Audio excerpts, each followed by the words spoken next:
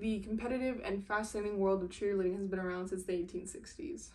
The sport was first introduced by men for crowd chanting at football games, but it has now evolved to thousands of cheerleaders all across the US, competing for a coveted trophy at nationals. There are several different types of cheerleading, which include sideline, all-star, competitive, college, professional, and many others. I myself was a high school cheerleader, and hopefully a college cheerleader as well, so I can relate with the experiences these cheerleaders go through when they are told that cheer is not a real sport. When I think of a sport, I always thought of the sports that participate in the Olympics because they are well respected and seen all over the world. So, in order for cheer to be respected as an official sport, it should be included in the lineup of sports at the Olympics. Even though cheerleading was not officially considered a sport until the late 1990s, cheer shares several different aspects with official sports, such as injuries and athleticism. According to the book Cheer: Inside the World of College Cheerleaders, it states that my Flyer's elbow slammed into my eye, she says, when describing a beating she took during a double down.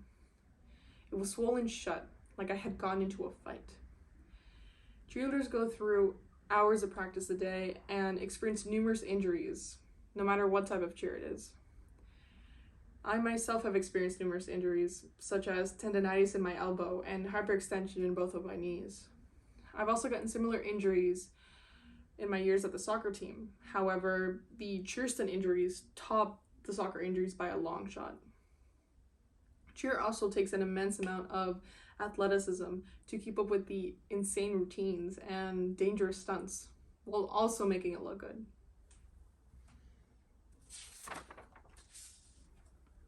According to my in-class survey, 5 out of the 5 students that participated believe that cheer is a difficult sport.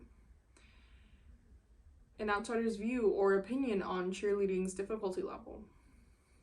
Also, in the academic journal Sports and Society, it states, through personal agency, these girls embrace a powerful image of the cheerleader, one that fuses the identities of femininity and athleticism.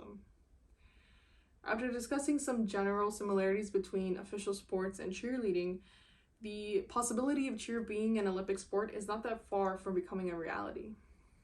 In the newspaper, the New York Times, it reports that with the Olympic Committee looking for sports popular with younger viewers, and added skateboarding for 2020, it certainly seems possible that in 2032, between the team handball and synchronized swimming events, we might hear a little rah rah rah Minnesota. The popularity of cheer has grown throughout the years, with the sport evolving from chanting at the audience to winning world championships. The hard work and dedication these men and women go through deserves to be seen at one of the biggest events in the world. Also in the magazine 17, it states, the ICU can petition to be included in the games. If the petition is approved, cheerleading officially becomes an Olympic sport. 17 magazine also mentioned the ICU wanting to add several sports to the lineup to appeal to younger audiences, as mentioned before by the New York Times. The topic of cheer being a sport has been debatable for years, so the possibility of cheer being recognized by the Olympics as an official sport provides confidence and support for every cheerleader on the sidelines, across the mat, and in the air. The evolution of cheer has been astounding, to say the least.